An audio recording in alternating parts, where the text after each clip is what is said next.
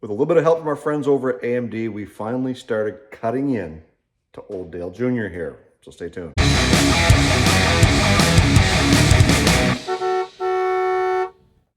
That's right, since the last time that we were working on Old Dale Jr. here, my 1990 Chevy Suburban, we started cutting and grinding and getting some panels removed to find out exactly the extent of the rust that we're going to have to deal with. So by the end of this video, it's just going to be an update. We're not going to be putting any panels on, but I want to show you everything that I have and what we've got to do to make Dale Jr. ready for the road so that we can get out and drive in 2025. You see what I did there? And possibly make a road trip down to Atlanta, Georgia again this year for C10s in the City 2025. Let's go around to the other side where I've started. Actually, we're going to start in the back, and I'll show you what we've done since the last time I did a video. We did manage to get that cross member section out, the one that was all rotten on the passenger side that was supposed to hold the hinge for the tailgate. So as you can see, with the floor flipped back, we do have a little bit of spot right here that we're going to have to fix. And the section here that actually holds part of the cross member in place, there's two screws or two bolts. There's one here and there's supposed to be one down here. Kind of like you see on this side. So I've got to duplicate this in reverse over here. And I've also got to put a patch in here on the inner fender because there's two mounting points there that correspond with these two holes here.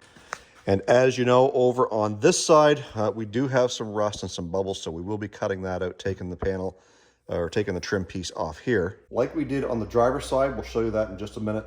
But we also got the spare tire well out because we had to be able to make access to certain areas to do some repairs there as well.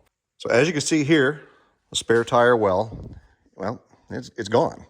That was a little bit of a challenge because all of this seam sealer that was sealed in there to keep the water and stuff from getting inside the cab, well, it's 35 years old and it is hard and crusty, not pliable at all. So I did a lot of chiseling.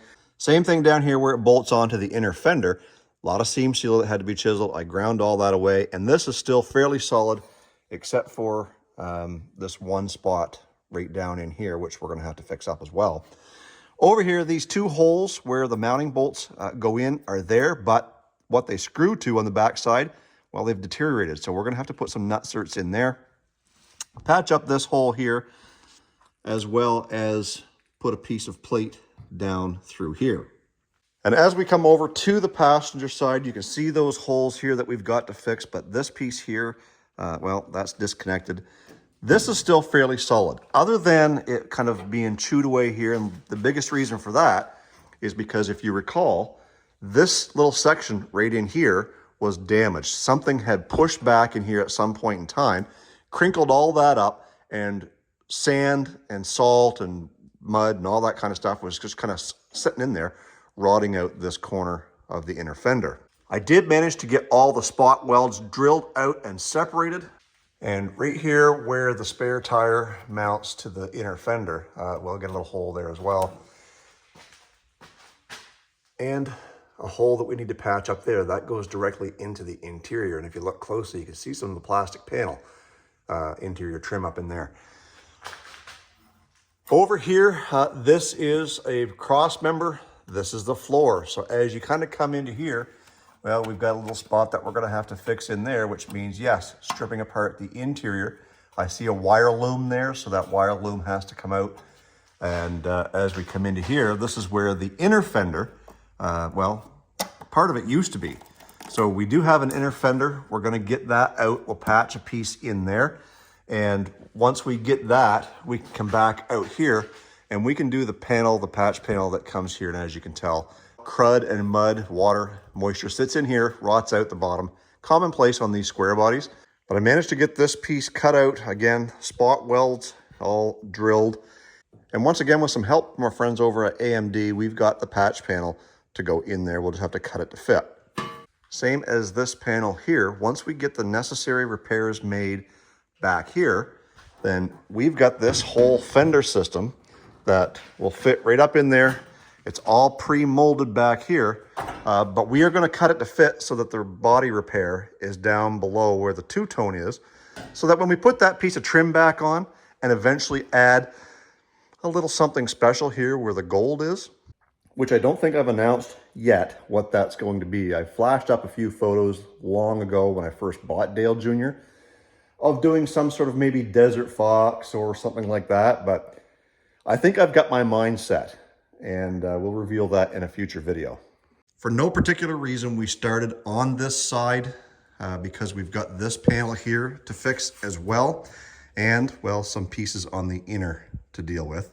We've already fixed the rocker panel on the passenger side front. The rear is in good shape. We are going to clean up this little bit of mess right here, and this section is also good. Like the other side, we got a little hole here that we're going to have to fix and patch from both sides.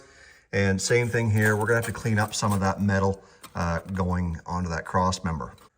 And back here, this inner fender extension has a little bit of rust right here. We'll have to clean that up and probably patch a piece in there to make that solid so that down the road, it's not going to fly apart. Then we can kind of come into here, get this piece of molding off, do the same repair on this side. And like I said, up in here, everything is good. But back here, we've got a hole to fill. So this is a long weekend for us. As I'm recording this, this is the Daytona 500 Sunday, February the 16th.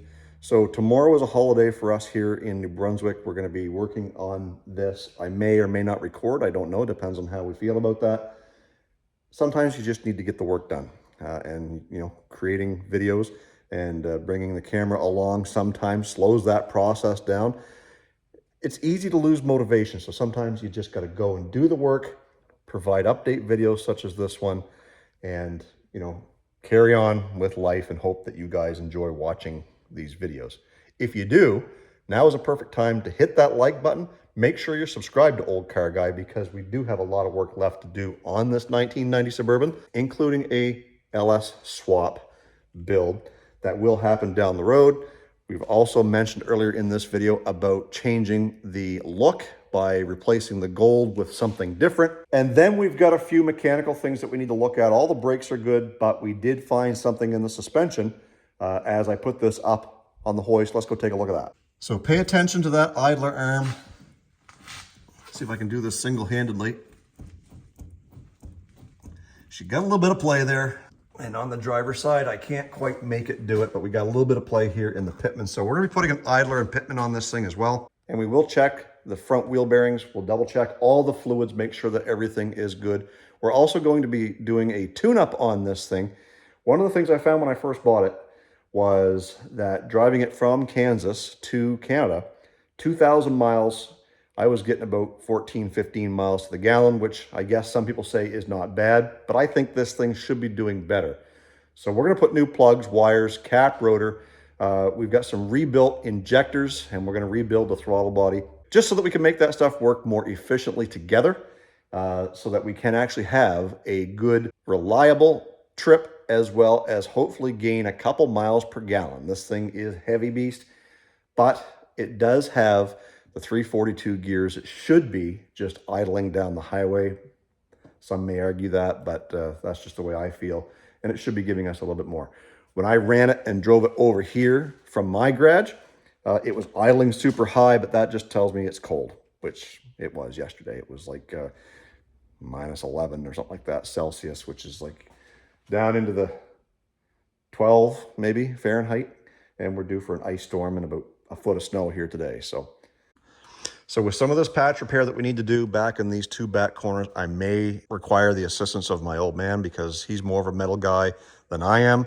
Neither of us are fabricators, but after all, he did manage to get the 50 Plymouth built with a lot of custom pieces on it. In the meantime, I'm going to putter away on the stuff that I know how to do. And when I get the help from Dad, we'll show some of that stuff being done. But in the meantime, here we are fixing rust, patching panels, with the help of AMD, so that we can have this thing ready for spring and be able to daily drive it all summer. Worst case scenario, I can still drive Dale the truck because I do have him. He is still for sale. You guys don't know who or what Dale the truck is. I'm going to leave a link right up here for you guys to take a look at. Maybe it's over here in this corner. It's a for sale video of my 77 Chevy C10 we call Dale the Truck. And there's a lot that we've done to that truck. The price is reduced, and that video will explain all of that. So if you're in the market for a two-wheel drive, long box, lots of modifications, lowered wheels, fuel injected, stereo, all kinds of stuff, then check out the Facebook ad that I will be listing down in the notes of this video as well. You can go and check out the video that I've produced on that vehicle as well. So this is Olde Carr Guy signing off from Eastern Canada. Stay focused on the windshield, not the rearview mirror. I love you guys. God bless. We'll see you in the next video.